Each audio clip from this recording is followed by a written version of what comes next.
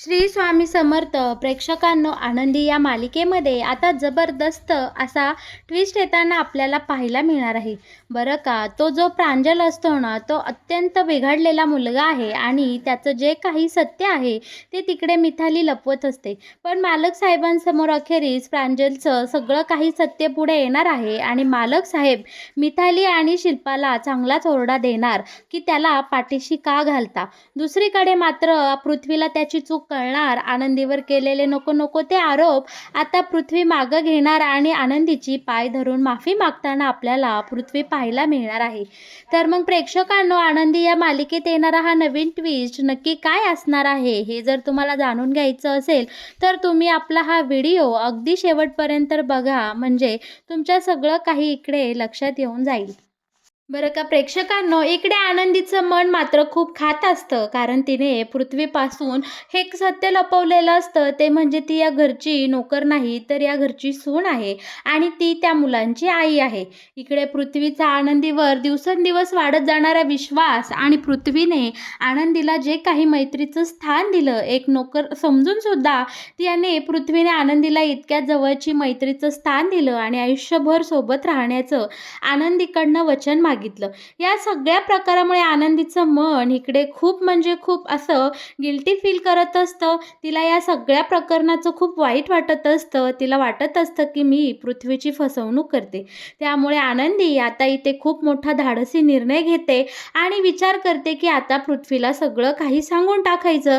आणि बरं का, आनंदीला लिहिता येत नसतं, त्यामुळे ती हा सगळा प्रकार आरतीला फोन करून सांगते आणि आरतीच्या मदतीने पत्र लिहून पृथ्वीला हा सगळा प्रकार, म्हणजे तिने मालक साहेबांसोबत लग्न कशा प्रकारे केलं, का केलं, मालक साहेबांनी तिला त्यांची बायको का बनवली आणि या घरामध्ये का घेऊन आले, ह्या सगळ्या प्रश्नांची उत्तरं आणि हे सगळे प्रश्न आनंदीने आता आरतीच्या मार्फत पत्रामध्ये सगळं उतरवून घेतलेलं असतं. आणि तिला ज्या गोष्टीचं दडपण आलेलं असतं, पृथ्वीला असं वाटत असतं की आनंदीला ती पृथ्वीची इकडे फसवणूक करते, हे सगळं सगळं रहस्य तिने एका पत्रात लिहिलेलं असतं. आणि इकडे आता पृथ्वीला सांगितलेलं असतं की पृथ्वी, तू जसं मला समजतोय की मी या घरची नोकर आहे, तर तसं काही नाही बाळा. मी तुझी आई आहे आणि बरं का, मी नात्याने या घरची सून आहे. तुझ्या वडिलांशी मी लग्न केलं आहे. हे लग्न करताना आम्ही काही मनाच्या स्वतःच्या सहकुशीने लग्न केलं नाही, तर आमच्या लग्नामध्ये बरीच विघ्न आली आणि माझ्या इज्जतीसाठी आणि माझ्या आबांच्या शब्दाखातर मालक साहेबांनी माझ्याशी लग्न केलं आहे. असं बरंच मोठं पत्र आता आरतीकडनं आनंदी लिहून घेते. आणि इकडे आनंदीला ज्या सगळ्या गोष्टींचं ओझं वाटत असतं, ते सगळं सगळं आता पत्राद्वारे तिने पृथ्वीला लिहिलेलं असतं. आणि ते पत्र घेऊन आता आनंदी पृथ्वीला देण्यासाठी त्याच्या खोलीत गेलेली असते. पण पृथ्वी मात्र कामावर असतो. त्यामुळे गपचूप आनंदी ते पत्र आता पृथ्वीच्या खोलीमध्ये टाकून देते आणि ती जाऊन तिच्या कामाला लागलेली असते. दुसरीकडे दिवसभर पृथ्वी कामामध्ये इतका व्यस्त असतो आणि त्याला अर्जंटमध्ये दुसऱ्या दिवशी एका खूप मोठ्या क्लायंटला भेटायला जायचं असतं. मिथालीचं आणि त्याचं तसं ठरलेलं असतं. त्यासाठी पृथ्वी इकडे जीवाचं रान करून, रात्रीचा दिवस करून इकडे त्या क्लायंटला देण्याचं प्रेझेंटेशन तिकडे बनवत असतो. आनंदी मात्र पृथ्वीची इकडे डोळ्यात तेल घालून वाट पाहत असते, कारण आनंदीने आता हा इतका मोठा धाडसी निर्णय घेतलेला असतो की पृथ्वीसमोर काहीही करून सत्य आणायचंच. पण बरं का प्रेक्षकांनो, इकडे आरती एकदा आपल्या आनंदीची कानउघडणी करते आणि बोलते की आनंदी, या सगळ्याचा परिणाम काय होणार आहे याची तुला नक्की कल्पना आहे ना. आनंदी बोलते, हो आरतीताई, मी सगळ्याची जबाबदारी घेणार आहे, पण आता बास झालं. आता मात्र पृथ्वीला या सगळ्याची कल्पना मला द्यायचीत आणि हे सगळं रहस्य मला पृथ्वीसमोर उघड करायचंच आहे. आता आनंदीने इथे देवाचं नाव घेऊन इकडे पणच केलेला असतो की आजच्या आज काही करून पृथ्वीसमोर हे सगळं रहस्य उघड करायचं. पृथ्वी घरी येतो, पण आता तिकडे मुंबईला जाण्याच्या सगळ्या गडबडीमध्ये पृथ्वी काही आनंदीचं पत्र वाचत नसतो. तितक्यात मिथालीने इकडे आता पुण्याला जायचं निश्चित केलेलं असतं. पृथ्वीला बोलते की पृथ्वी बाळा, दादा मला माफ कर, पण मला तुझ्यासोबत मुंबईला येता येणार नाही, कारण तिकडे अचानक प्रांजलची तब्येत खूप बिघडली आहे आणि मला तिकडे पुण्याला जावं लागते. त्याच्यासाठी मी तुझ्यासोबत येणार नाही, पण तुझ्यासाठी तुला सोबत येण्यासाठी मी आरतीची निवड केली आहे. तू आरतीला एक कॉल कर आणि तिला तुझ्यासोबत घेऊन जा. बरं का, इकडे आरतीला पृथ्वीने तसं फोन करून सांगितलेलं असतं आणि तयार व्हायला लावलेलं असतं. आता छानपैकी सकाळ झालेली असते. सुंदर दिवसाची सुंदर सकाळ उजडलेली असते आणि आता इकडे मिथालीने पृथ्वीला सांगितलेलं असतं की दादा, तू ज्या वेळेस मुंबईला निघशील त्याआधी आपल्या घरी म्हणजे बाबांना आणि आत्तूला प्रांजलच्या तब्येतीबद्दल सगळं काही सांगून टाक, कारण मी आता कोणाला काही सांगणार नाही, कारण इतक्या रात्री आत्तूचा एकतर प्रांजलवर खूप जीव आहे आणि ती खूप काळजी करत बसेल. बरं का, सकाळ सकाळ सगळे नाश्त्याच्या टेबलवर जमलेले असतात आणि आता तिथे आपल्या ह्या मिथालीने आत्तूला फोन करून सांगितलेलं असतं की आत्तू, प्रांजलची तब्येत अचानक बिघडली आणि त्याला मला हॉस्पिटलाइज करावं लागलं आहे. इकडे तर आता लगेच शिल्पा बोलत असते की असं काय झालं प्रांजलला की तू त्याला ॲडमिट केलं आहे. तेव्हा आता मिथाली सांगत असते की आत्तू, त्याने काहीतरी हॉस्टेलमधलं खाल्लं आणि त्याला फूड पॉयझन झालं आहे, त्यामुळे संध्याकाळपर्यंत तो ओके होईल, तू काळजी करू नको. पण इकडे शिल्पाचा खूप प्रांजलवर जीव असल्यामुळे शिल्पाचा जीव सारखा खालीवर होत असतं आणि ती सारखं युगंधरला बोलत असते, अरे युगंधर, तू एवढा शांत कसा बसू शकतो? तुझ्या पोटचा मुलगा आहे ना प्रांजल, तू पुण्यातल्या लवकरात लवकर बेस्ट डॉक्टर तू बघ आणि पहिलं तू त्याला ॲडमिट केलं कुठं आहे ते बघ आणि चांगल्यातला चांगला डॉक्टर तिकडे आपल्या प्रांजलची काळजी घ्यायला पाठव. आता इकडे लगेच आपले मालक साहेब बोलतात की ताई, अगं जरा शांत हो आणि मी या सगळ्या प्रकारात लक्ष घालतो, मी बघतो प्रांजलला काय झाले, वाटलंच तर मी स्वतः जाऊन त्या हॉस्पिटलला भेट देतो. इकडे आता शिल्पाला असं बोलल्यानंतर शिल्पाला थोडा धीर आलेला असतो आणि मालक साहेबांनी आता ठरवलेलं असतं की थोडीशी ऑफिसमधली म्हणजे फॅक्टरीची कामं उरकली की ते पुण्याला जाऊन तिकडे प्रांजलची चौकशी करणार. पण तितक्यात तिथे आपला हा पृथ्वी खूप तावातावत आनंदीजवळ आलेला असतो आणि आनंदीला बोलतो, आनंदी, तुला असं वागण्याची तुझी हिंमत कशी झाली? आणि त्या पत्रामध्ये आनंदीने जे काही व्यवस्थित सगळं त्याचे मुद्देसूद तिचं सगळं सत्य लिहून पाठवलेलं असतं, ते मात्र या नालायक विद्याधरने पत्र बदललेलं असतं आणि स्वतःच्याच मनाचं नको ते काही बाही लिहून ते पत्र आता पृथ्वीपर्यंत पोचवलेलं असतं. या सगळ्यामुळे पृथ्वीचा पारा इकडे खूप चढलेला असतो. तो आनंदीला सगळ्या गोष्टी सुनावतो आणि इकडे आता मुंबईला जायला खूप उशीर झाल्यामुळे मालक साहेब पृथ्वीला बोलतात की पृथ्वी बाळा, तू जरा शांत हो, या प्रकरणावर आपण नंतर बोलू, तुझी चिडचिड कमी कर आणि तू पहिला आता मुंबईसाठी रवाना हो. तिकडं क्लायंट तुझी वाट पाहतात आणि अजून उशीर करून चालणार नाही, बरं का. आणि आता वडिलांच्या शब्दाचा मान राखायचा म्हणून पृथ्वी आणि आरती लगोलग मुंबईला निघतात आणि आनंदीवर पृथ्वी नक्की का रागवला, आता पृथ्वीने खरं पत्र वाचलं का आणि विद्याधरने त्या पत्रात नक्की काय लिहिलं होतं, या सगळ्याचा खुलासा पुढे होणारच आहे, बरं का. प्रेक्षकांनो, आता इकडे विद्याधर मनाशी खूप खुश झालेला असतो कारण पृथ्वी आनंदीवर ओरडलेला असतो. बरं का प्रेक्षकांनो, आता पृथ्वी आणि आरती मुंबईला निघून गेल्यानंतर हळूहळू प्रवास पुढे सरकल्यावर आरती वेळेचं भान ठेवून आणि योग्य वेळ साधून पृथ्वीला प्रश्न विचारते की पृथ्वी, तू सकाळी आनंदीवर एवढा का चिडला होतास? नक्की असं काय घडलं की तू आनंदीला इतका ओरडलास? तेव्हा पृथ्वी बोलतं की मला या विषयावर बोलायचं नाही, आनंदी तुझी बहीण आहे ना, म्हणूनच तू तिची बाजू घेणार आहे हे मला 100% माहिती आहे. त्यामुळे आरती, तू मला प्लीज तो विषय विचारू नको, आपल्याला खूप मोठं प्रेझेंटेशन द्यायला जायचं आहे, आपण त्या गोष्टीकडे फोकस करू आणि तिकडनं मुंबईवरून येताना काहीतरी गुड न्यूज घेऊन रिटर्न येऊ, आपल्याला ते क्लायंट कन्व्हिन्स झालेच पाहिजे. तेव्हा आरती बोलते, हे बघ पृथ्वी, मी तुझ्या आणि आनंदीमध्ये बोलणार नाही, कदाचित मला तितका अधिकार नाही, पण मी तुला एक सांगू शकते, माझी बहीण कधी चुकत नाही. आणि एक विचार कर ना की आनंदीला दिसत नाही, मग आनंदी तुझ्यासाठी पत्र कशी काय लिहील आणि तिने नक्की पत्रात काय लिहिलं हे जर तुला मला सांगायचं नसेल तर तू नको सांगूस, पण थोडासा आनंदीच्या बाजूने तू विचार कर. आणि राहिला प्रश्न आपल्या प्रेझेंटेशनचा, तर ते प्रेझेंटेशन 100% चांगलंच होणार आहे कारण आपली तयारी एकदम बेस्ट झाली आहे.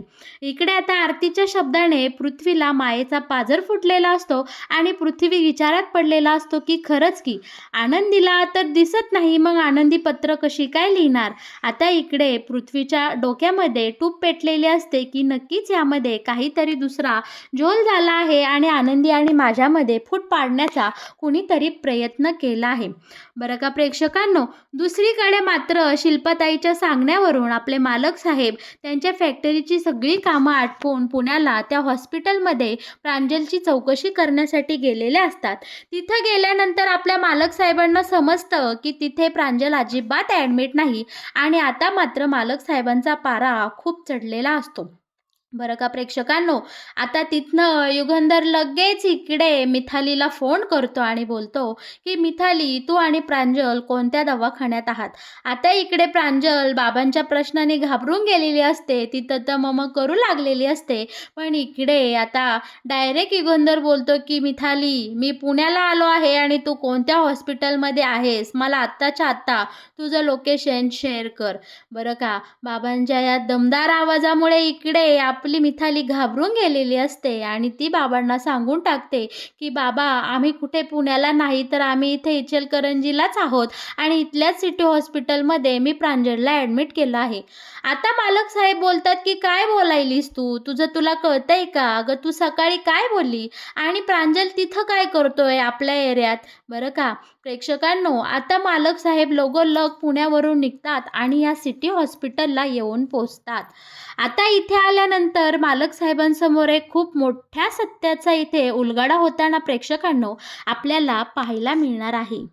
मालक साहेब इथं हॉस्पिटलमध्ये आल्यानंतर त्यांना कळतं की इकडे या प्रांजलला कसलंही फूड पॉयझन झालं नाही, तर त्याचा खूप मोठा अपघात झाला आहे आणि त्याच्यामध्ये त्याच्या हातापायाला जबरदस्त अशा दुखापती झाल्या आहेत.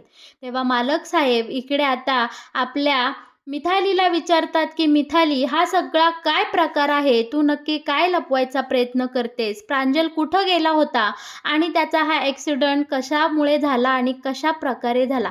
मला आत्ताच्या आत्ताच सगळं सत्य तुझ्या तोंडून ऐकायचं आहे आणि हो, जर काही खोटं बोललीस तर तुझी गाठ माझ्याशी आहे. हे बाबांचे शब्द ऐकल्यानंतर मात्र आता इकडे आपल्या मिथालीचा अख्खा धीर सुटलेला असतो आणि मिथाली आता बाबांसमोर पोपटासारखी बोलू लागलेली असते. मिथाली बाबांना सांगते की बाबा, प्रांजल एका टूरसाठी बाहेर गेला होता आणि तिकडे त्याच्या मित्रांनी खूप सारी ड्रिंक केली आणि इकडे परतीच्या प्रवासामध्ये त्यांचा खूप मोठा ॲक्सिडेंट झाला आणि त्या ॲक्सिडेंटमध्येच इकडे प्रांजलला एवढ्या मेजर दुखापती झाल्या आहेत. आता हे सगळं मी आतूला आणि तुम्हाला कसं सांगणार, म्हणून खोटं बोलले की त्याला इकडे फूड पॉयझन झालं आहे. बरं का प्रेक्षकांनो, आता मात्र मालक साहेबांचा पारा एवढा चढलेला असतो की ते इकडे मिथालीला खूप नको नको ते बोलतात आणि बोलतात की अरे तुम्ही पोरांनी काय ठरवलं आहे? माझ्या आबरूचं पूर्ण धिंडवडं काढायचं हेच ठरवलं आहे. हा पितो, अरे ह्याचं वय काय? ह्याचं वय शिक्षणाचं आहे, म्हणून तुम्हाला शिक्षणासाठी मी पैसे पुरवतो का असं दारूमाड्या प्यायला पैसे पुरवतो? नक्की काय प्रकार आहे हा मिथाली सांगू लागते की बाबा, तुम्ही पैसे देता आम्हाला, ते आम्ही शिक्षणासाठीच वापरतो. पण इकडे प्रांजलला जेव्हा फिरायला जायचं होतं त्याने आत्तूकडे खोटं बोलून पैसे मागितलं आणि त्या पैशावरच त्याने इतकी सारी मजा केली आहे. आता मात्र इकडे मालक साहेबांचा पारा अतिशय चढलेला असतो. पहिलं तर तो इकडे जाऊन त्या प्रांजलची चांगलीच खरडपट्टी काढतो, त्याला चांगलंच बोलतो आणि मग घरी गेल्यानंतर शिल्पाताईला जी काही बडबड करतो, शिल्पाताईला इतकं सारं बोलतो की बास रे बास. शिल्पाताईला आता इकडे युगंधर बोलतो की शिल्पाताई, तुझ्यामुळे माझा मुलगा बिघडला आहे. तुझ्या अति लाडामुळे, तुझं त्या प्रांजलवर असलेलं आंधळं प्रेम, त्यामुळेच तो इतका बिघडला. नको तेवढे पैसे तू त्याला पुरवतीस आणि त्या पैशाचा त्याने कशा प्रकारे दुरुपयोग केला तू बघत आहे ना. तो दारू पिऊन खूप मोठा ॲक्सिडेंट झाला आणि त्याच्यामध्ये मेजर जखमी झाला आहे. त्याच्या हातापायाला लागलंय, सगळं त्याला खूप लागलं आहे. ही बातमी आता आपल्या युगंधरने घरी जाऊन सगळ्यांना सांगितलेली असते. आनंदीला मात्र इकडे आता प्रांजलची खूप काळजी वाटत असते. कितीही काही झालं तरी आनंदीचं मन हे आईचं असतं. लगेच आनंदी आता इकडे मालक साहेबांना बोलत असतात की मालक साहेब, मान्य आहे प्रांजल चुकला, पण तुम्ही त्याला असं तिथं बोलून यायला नको होतं. अहो आता त्याची मनस्थिती काय असेल, त्याला किती वाईट वाटत असेल आणि त्यावर तुम्ही असं बोलून आलेत. मालक साहेब, तुम्ही असं करायला नको होतं. मला प्रांजलला भेटायला जायचं आहे. प्लीज मला त्याच्याजवळ कोणीतरी घेऊन चला ना." बरं का. आता इकडे शिल्पा ही शांत झालेली असते, हताश झालेली असते. माई आणि बापूही बोलत असतात, की "खरं शिल्पा, तू चुकलीस. तू प्रांजलचा खूप अतिलाड केलास आणि त्याला सारखे वेळोवेळी पैसे पुरवलेस. त्याचाच हा दुरुपयोग हा परिणाम आपल्याला भोगायला लागत आहे." पण आनंदीचं मन मात्र इकडे विचलित झालेलं असतं. इकडे प्रांजलच्या काळजीने आनंदी कासावीस झालेली आपल्याला पाहायला मिळणार आहे. दुसरीकडे मात्र आता इकडे छानपैकी आपल्या पृथ्वीचं प्रेझेंटेशन झालेलं असतं आणि तो परतीच्या प्रवासाला लागलेला असतो. त्याला आनंदीला तो जे काही बोलून गेला त्या सगळ्याचं वाईट वाटत असतं. कारण सत्य काय आहे ते आता त्याच्यासमोर उघड झालेलं असतं. घरी आल्यानंतर पृथ्वी पहिला तर आनंदीला जाऊन भेटतो आणि तिची पाय धरून माफी मागतो.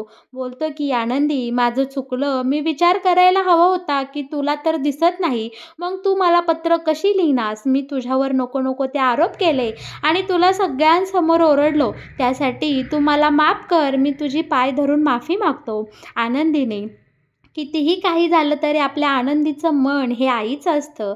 आनंदीने तिच्या मुलाला, पृथ्वीला इकडे मोकळ्या मनाने माफ केलेलं असतं.